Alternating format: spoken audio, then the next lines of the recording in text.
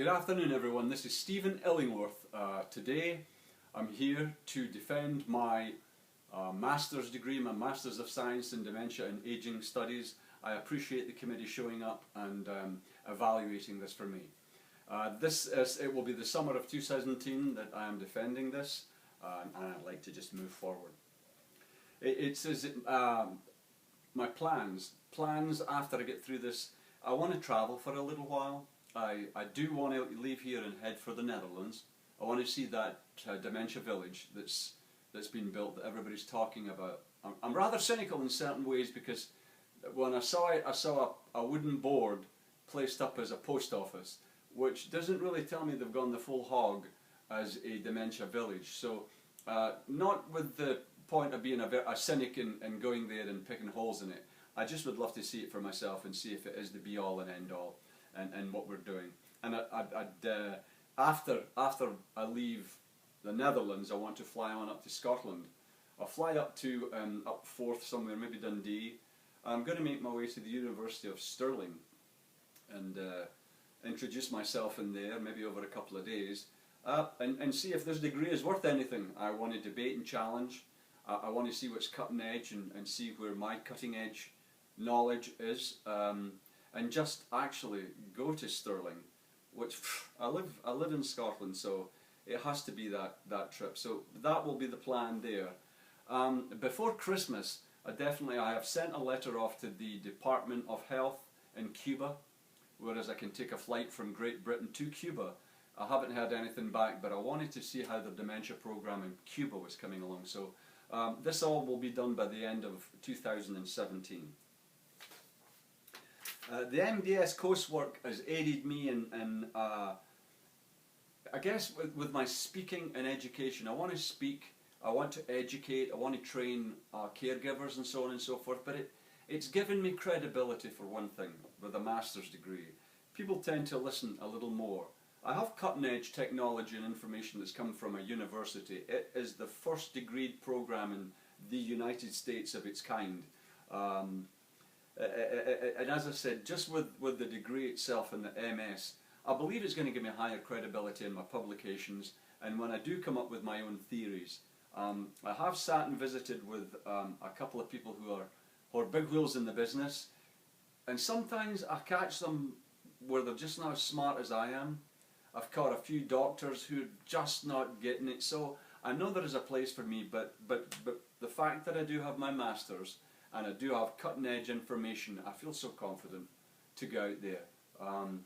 There is my plan and doing that. As I say, with publications and public speaking, I believe the MS behind my name will give me credibility, and the fact that I attended 2 years at Texas State University in San Marcos, forgive me. One of my plans is I've got this idea for a DA dojo, Dementia and Aging Dojo, and in that dojo, the dojo would be like a clinic, but within that clinic you come in and get services from us, the caregiver and the person with dementia. We're going to educate you, we're going to dissuade all myths that you've come across of aging, what it is you have. We're actually going to give tools to the caregivers. There is a stimulation area for persons with dementias where they can go in. There could be little workshops, there could be a tractor, there could be a room that's a sensorium, which we know doesn't do any long-lasting effects, but in the moment it can stimulate and can relax. But many things in there, but basically an education and a supporting system for our caregivers and for our persons with dementia. It's a one-stop shop. Even if you need, and in the fact itself, when you come in here, we'll be running a battery of tests, psychosocial tests, where we test your nutrition, your body weight mass index, your depression scale, nutrition scales. We do it in both the caregiver and the person with dementia. We supply a plan for you in educating you and your family to cut down stressors. We give you tools, and we're there as a support system for you. We'll walk with you along the way. One other thing that we notice, that aging in place is taking place now and people are wanting to stay home longer. So a focus would definitely, in my part, be focusing on those that are staying in their homes, and for me to go in and assess the physical building itself, the life safety of the area. Iris Murdoch in Stirling University has a a sort of reality rooms. I would like to go in and with that concept make everything a little easier, a little bit more manoeuvrable in the setting of those that wish to age in place in their home, and that's rather tricky unto itself. So that's the other area. Oh, and the DA Dojo, it will be an area that you can come to, warehouse, whatever, strip mall, but non-clinical, but an area that you can come with computers, with education, even areas that I can show you that that people who do tricks and people who do these shows on the streets, that sleight of hand, to show you that your brain can be tricked, to actually show you physical things that you look at and your mind interprets differently, to show you that the brain structure of those with dementia, persons with dementia, you get a better feeling than, I believe, than when you take the test where you put the goggles on and the simulated white noise and so on and so forth. But that's a whole area to get into, but it's the DA Dojo, and I'd love to open that anywhere and even make it a chain. But in that, I would love a social worker, I would love an RN, and I would make a MD probably part of the directorship, and I would move it from there. And as I say, when we put the psychosocial plan together, it's going to be for the person with dementia and for the caregiver.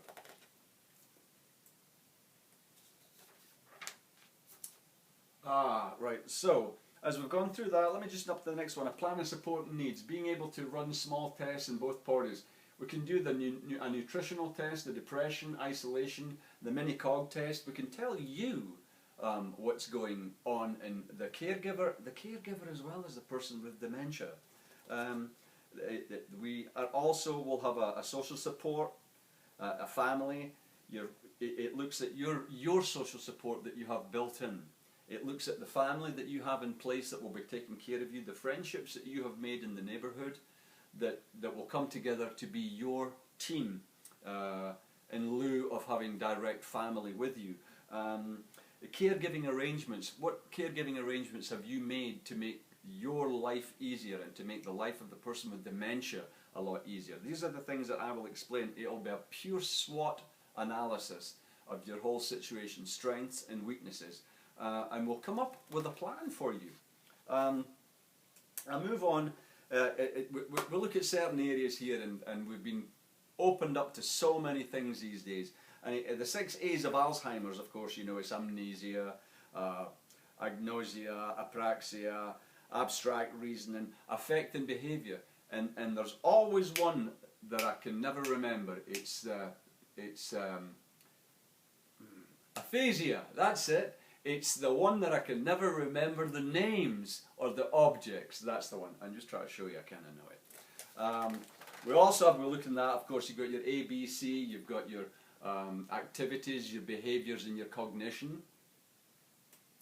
Looking up here, as we look into some of the things we've noticed as we race through this right now, you've got Colin Palfrey, of course, was a great writer, and Colin Palfrey explained the Foucauldian analysis in this fantastic book of his. We look here at a couple of little deals. I've got to find this Carrozza. Carrozza, we have Linda Carrozza explained Tom Kitwood's theories and seminal work in person-centered care. We also look at Miko Lee. Miko Lee has explained to us the 3 theories: the heuristic of openness theory, the activity theory, and the continuity theory. As I move on from there, I would like to just visit on a few things. We did touch on Erikson's psychosocial model with its 8 stages of development. The Kubler-Ross death and dying theory, which I find you can put to more than just a death and dying, that you can put to the death of a job, a situation, giving up something. But one of the things with the Kubler-Ross theory is that it does go back and forth. It changes. You don't really stay in a stage. You can go back and forth in that. And I found that in my life, but a very essential thing that I have looked at in my past with looking at so many deaths. And one of the classes I took in social work, I learned the term, it was called bereavement overload. And it struck me as I had gone through that. I'd never heard of that term, but wondered why my heart was breaking. But I had lost my mother, my nephew, my brother-in-law, my brother, my sister, and it was all within an 18-month period, and I kind of hit the wall. So I do believe in these beautiful things that I have learned. It's told me more about my own life. When I was looking at, I'm just trying to see how much time I've got left. You have 10 minutes. I'm just looking at some of the things in my life that have taken place. One of the brilliant things that we did was we had to take a buddy, and on that a buddy in the environment, somebody who was just out there that we met, and we asked if we could work with them. And I was given great kindness by a man called Max, who took me into his home, and he was my buddy. And on this buddy we had to work a complete psychosocial evaluation on him. We run all the nutrition, depression, isolation, body mass index, many things that we did. I actually, for one of the times, I usually can wing this, but I did actually get to know Max, and I did go visit with him. And one of the things I did realize that each of the tests that I had to turn in on Max and then report to my professor was a nutritional test. Max came up, and every test I run the nutrition, I came to where he was fine, and mine was see a clinician. When it came to depression, he was fine, mine was, my scores were low enough or high enough that it was see a clinician. When it came to a SWOT analysis of my life and caregivers who would surround me, I found that I had 0. So in each of these areas that I looked at, I realized that Stephen hasn't been taking care of himself. And in order for me to take care of anybody, to take care of myself, that's why in airlines they say when the mask drops from the ceiling, put it on yourself first before anyone else. I've had a tendency to take care of others, but it's obvious through these tests that I have run that I need to take care of myself. And that I am doing at this point. We have learned so much. One of the greatest books that I want to tell you about is The Myth of Alzheimer's. A guy here called Peter Whitehouse wrote this. I think it's my Bible when it comes to this. I truly believe, when anybody talks to me, I speak to physicians, I hear about the Mediterranean diet, I hear of fish oil, omega fats. I can tell you here and now, this is the man that gave the pharmaceutical industry the outlines of the disease and what it was, so the pharmaceutical companies could build a drug into that. And then what happened after Dr. Whitehouse had done his studies and given them all the information, the pharmaceuticals companies suggested that he put his patients, residents, on their drugs. And one of the things when he opened up, he turned around and told everybody, if you believe that there is a cure on the horizon, forget it. If you believe there's going to be one in your lifetime, forget it. There is nothing on the horizon that's a cure for this. But remember this, it starts 10 years before the symptoms actually kick in. So when atrophy of the brain has already started and the ventricles of the brain are expanding, there's nothing you can do. It's now that you do all the things. No isolation, community work, diet, exercise. So remember that. You've got to be an advocate for your own health. I would just still have to say thank you. I have 1,000 things I wish to convey and things that I have learned. I hope that this covers for me to complete my Masters of Science in Dementia and Aging Studies, and I appreciate every one of you coming in and listening to me today. I thank you very much.